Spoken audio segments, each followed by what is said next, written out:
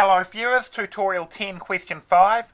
So we have the graph of y equals 3 sine of 4x plus 0.12 is drawn and you see it on the screen. We need to find the coordinates of the 3 points A, B and C, each of which correspond to a particular feature on the graph. So for point A, we'll be able to recognise what one of the coordinates is and we'll have to calculate the other one. Point A is the y-intercept, and for the y-intercept x must be 0. So if x is 0, we can put that into y equals 3 sine of 4x plus 0.12, and that will give us y. So we get y equals 3 times sine of 4 times 0 plus 0.12, and if we calculate that, bearing in mind we need to be in radians, we get an answer of 0.359. So therefore A has coordinates of x was 0 and y was 0.359. So for points B and C, it'll be the y coordinate that we get first, and we'll get the x coordinate after that by calculation, which means we will need to have x to subject. So let's rearrange our y equals 3 sine of 4x plus 0.12, make x the subject of that. So first, divide by 3. So we get y over 3 equals sine of, so let's take the sine inverse, gives us 4x plus 0.12.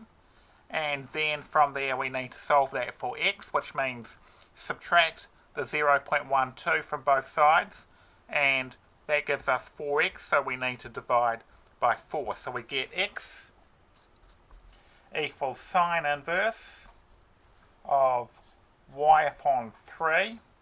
Then we need to subtract 0.12 to get 4x and divide that by 4. So that gives us what our x value is.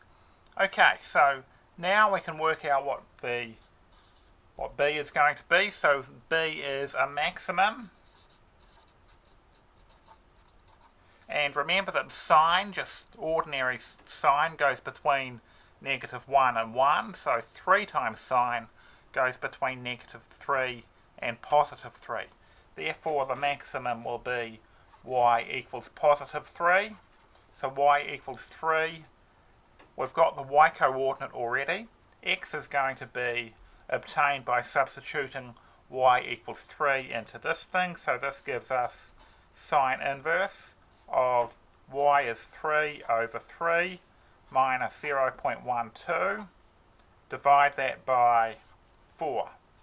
And if we calculate that, we get an answer of 0.363.